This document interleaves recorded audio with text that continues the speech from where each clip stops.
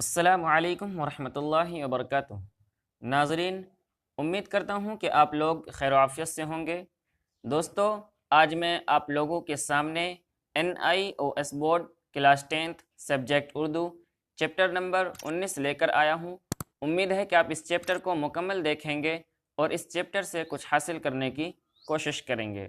چلیے chapter number 19 شروع کرتے ہیں۔ ساحر لدھیانوی۔ تعارف۔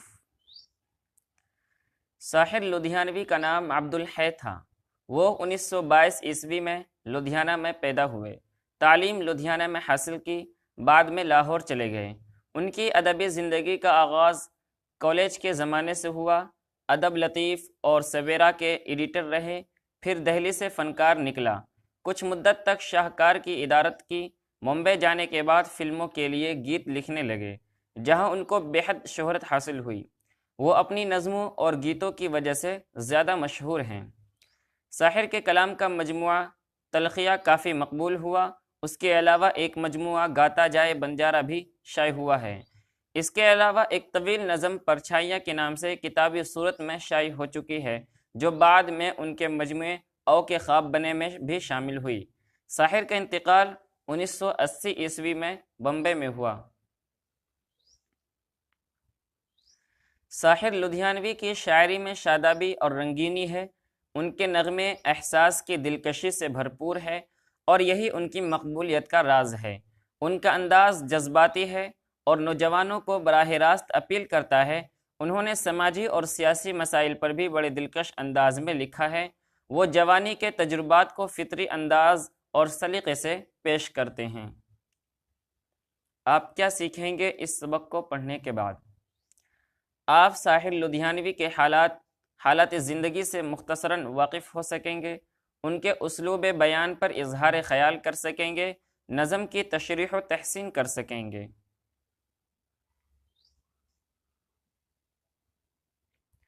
نظم میں استعمال کی گئی مختلف صنعتوں سے واقف ہو سکیں گے، جنگ کے برے نتائج اور امن کے فوائد کو سمجھ سکیں گے۔ اصل سبق آئیے اب نظم اے شریف انسانوں پڑھتے ہیں۔ خون اپنا ہو یا پرایا ہو، نسل آدم کا خون ہے آخر۔ نسل کے معنی ہیں اولاد۔ خون اپنا ہو یا پرایا ہو، نسل آدم کا خون ہے آخر۔ جنگ مشرق میں ہو مغرب میں، امن عالم کا خون ہے آخر۔ جنگ کے معنی ہے مشرق کے معنی ہے پورب اور مغرب کے معنی ہے پچھم، عالم کے معنی ہے دنیا اور امن کے معنی ہے سکون۔ جنگ مشرق میں ہو کہ مغرب میں، امن عالم کا خون ہے آخر۔ بم گھروں پر گرے کہ سرحد پر، روح تعمیر زخم کھاتی ہے۔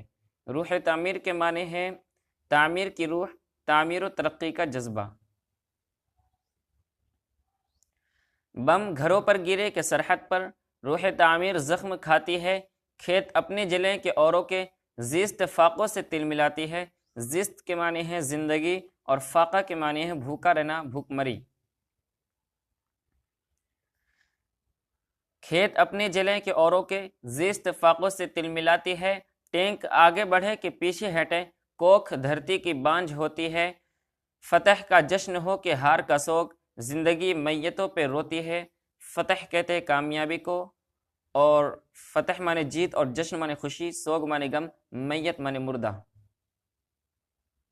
فتح کا جشن ہو کہ ہار کا سوگ، زندگی میتوں پہ روتی ہے۔ جنگ تو خود ہی ایک مسئلہ ہے، جنگ کیا مسئلوں کا حل دے گی۔ آگ اور خون آج بخشے گی، بھوک اور احتیاج کل دے گی۔ احتیاج کے معنی ہے ضرورت۔ احتیاج کے معنی ہے ضرورت۔ آگ اور خون آج بخشے گی، بھوک اور احتیاج کل دے گی۔ اس لیے اے شریف انسانوں، جنگ ٹلتی رہے تو بہتر ہے، آپ اور ہم سبھی کے آنگن میں شمع جلتی رہے تو بہتر ہے۔ تشریح متن۔ شاعر نے جنگ کے نقصانات کو بہت خوبصورتی سے پیش کیا ہے۔ شاعر کہتا ہے کہ جب جنگ ہوتی ہے تو قتل و خون ہوتا ہے اور کسی انسان کا خون بہتا ہے۔ آدمیوں کو قتل کیا جاتا ہے۔ جنگ میں مرنے والے کو کسی خاص ملک کا باشندہ کہہ سکتے ہیں۔ جس ملک میں جنگ نہیں ہو رہی ہے، وہاں کے باشندے خود یہ کہہ کر اطمینان دلا سکتے ہیں کہ ہمارے ملک کا آدمی نہیں مرا، مگر جو بھی مرا ہے وہ آدم کی اولاد ہے اور تمام دنیا نسل آدم ہے۔ تو خون چاہے کسی کا بھی بہے، ہم سب کا نقصان ہے۔ جنگ چاہے مشرقی ممالک میں ہو یا مغربی ممالک میں، مگر اسی دنیا میں جنگ ہو رہی ہے، اور ہم جس دنیا میں سانس لیتے ہیں اس کا امن و سکون غارت ہو رہا ہے۔ اسی لیے جنگ کو روکنے کی ہر ممکن کوشش ہونی چاہیے۔ جنگ کے دوران بم کبھی عام انسانوں کے گھروں پر ڈال دیے جاتے ہیں، کبھی سرحدوں پر لڑائی ہوتی ہے تو بم وہاں تک محدود ہوتے ہیں۔ بم خواہ گھروں پر گرے یا سرحد پر، مگر اس کے نقصانات اس قدر ہوتے ہیں کہ جو تعمیر و ترقی کے کام انسان نے برسوں میں کیے ہیں وہ پل میں نیست و نابود ہو جاتے ہیں۔ متن پر مبنی سوالات۔ مصرع مکمل کیجیے۔ خون اپنا ہو یا غیر کا ہو، خون اپنا ہو یا غیر کا ہو، خون اپنا ہو یا غیر کا ہو، نسل آدم کا خون ہے آخر۔ جنگ مشرق میں ہو کہ مغرب میں، بم گھروں پر گرے کہ سرحد پر۔ متضاد لکھیے۔ اپنا، پرایا، مشرق مغرب، امن جنگ، تعمیر تخذیب۔ درج ذیل میں مضاف الیہ کی نشاندہی کیجیے۔ تو نسل آدم میں نسل مضاف اور آدم مضاف الیہ ہے۔ امن عالم میں امن مضاف اور عالم مضاف الیہ ہے۔ روح تعمیر میں روح مضاف اور تعمیر مضاف الیہ ہے۔ صحیح جواب کی نشاندہی کیجیے۔ گھروں پر بم گرنے سے کیا ہوتا ہے؟ لوگ جشن مناتے ہیں۔ روح تعمیر زخم کھاتی ہے۔ امن عالم کا خون ہوتا ہے۔ تو صحیح جواب ہے روح تعمیر زخم کھاتی ہے۔ تشریح متن۔ شاعر کہتا ہے کہ جب دو ملکوں یا دو قوموں میں جنگ ہوتی ہے تو نقصان چاہے کسی بھی ملک کا ہو، مگر زمین پر اس کے اثرات مرتب ہوتے ہیں۔ پوری انسانیت کو اس کا خمیازہ بھگتنا پڑتا ہے۔ ٹینک بڑھتے ہیں اور حملے کرتے ہیں، اسی سے زمین کی حالت خستہ ہو جاتی ہے، اس کی زرخیز و شادابی پامال ہو جاتی ہے۔ ٹینکوں سے جو لوگ مرتے ہیں وہ انسان ہوتے ہیں، جیتے جاگتے انسان۔ جب انسان زندگی سے ہاتھ دھو بیٹھتے ہیں تو انسانیت ان کی میتوں پر روتی ہے اور سوگ مناتی ہے۔ مرنے والا کسی بھی ملک کا ہو، مگر نقصان تو زندگی کا ہوتا ہے۔ شاعر کہتا ہے کہ کس طرح لوگ اپنے مسئلوں کا حل جنگ میں تلاش کرتے ہیں۔ جنگ تو خود ایک سب سے بڑا مسئلہ ہے۔ جہاں جنگ ہوتی ہے تو پورا کا پورا ملک تباہ ہو جاتا ہے، خون کی ندیاں بہتی ہے، زندگی کے عام کاروبار ٹھپ ہو جاتے ہیں، بھوک مری چھا جاتی ہے، ہر طرف افراتفری مچ جاتی ہے، ملک کی معاشی حالت خستہ ہو جاتی ہے۔ ایسے میں جنگ تو خود ایک زبردست مسئلہ بن جاتی ہے، اس سے دیگر مسائل کا حل پانے کی کوشش کرنا فضول ہے۔ زبان کے بارے میں۔ آگے اور پیچھے، فتح اور ہار، جشن اور سوگ متضاد الفاظ ہیں۔ شاعر نے ایک ہی شعر میں متضاد الفاظ استعمال کیے ہیں، اسے صنعت تضاد کہتے ہیں۔ دھرتی کی کوکھ بانجھ ہونے سے مراد ہے زمین کا پامال ہونا، اس کی زرخیز کا ختم ہونا، اس کی زرخیزی کا ختم ہو جانا، اس سے پیداوار، ہریالی اور شادابی کے لائق نہ رہنے دینا۔ متن پر مبنی سوالات۔ معنی لکھیں۔ جشن کے معنی ہیں خوشی، اور سوگ کے معنی ہیں غم، اور احتیاج کے معنی ہیں ضرورت۔ حل اور حل کا فرق واضح کیجیے۔ حل کہتے ہیں مسئلوں کو حل کرنا، یعنی تجویز کرنا، اور حل جس سے کھیت جوتا جاتا ہے۔ جنگ تو خود ہی ایک مسئلہ ہے، اس سے شاعر کی کیا مراد ہے؟ نمبر 4، جنگ کے 2 نقصانات کی نشاندہی اشعار کے حوالے سے کیجیے۔ یہ 3 اور 4، ان دونوں سوالوں کا جواب میں آپ کو نیچے جواب میں دکھلا دیتا ہوں۔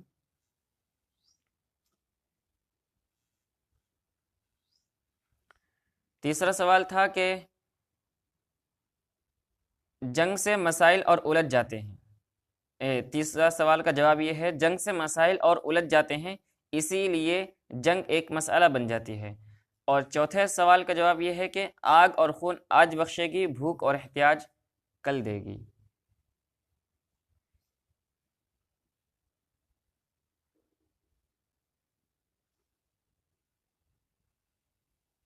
تشریح متن۔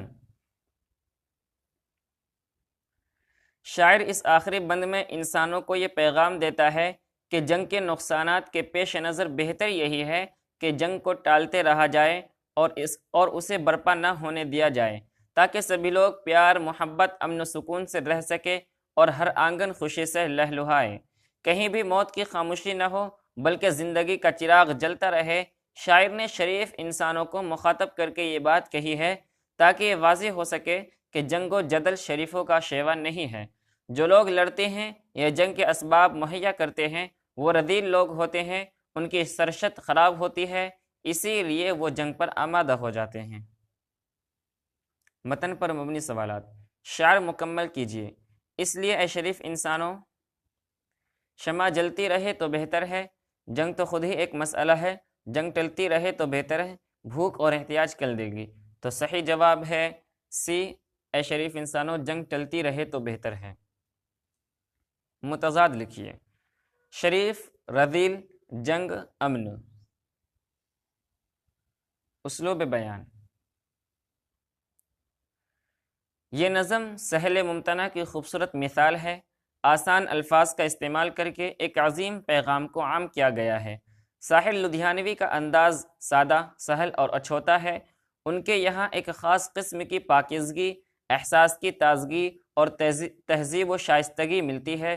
ان کے اشعار میں جہاں انسانی فکر کی بلندی نظر آتی ہے، وہیں سیاسی اشارے، انقلابی آہنگ اور سماجی نظریات پائے جاتے ہیں۔ سردار جعفری کا شعر اسلوب ایک جداگانہ رنگ رکھتا ہے۔ یہی وجہ ہے کہ ان کی ایک الگ پہچان ہے۔ ان کا اسلوب سادگی، خلوص اور پیغام رسانی کے لیے پہچانا جاتا ہے۔ وہ گہر اللسانی شعور رکھتے ہیں۔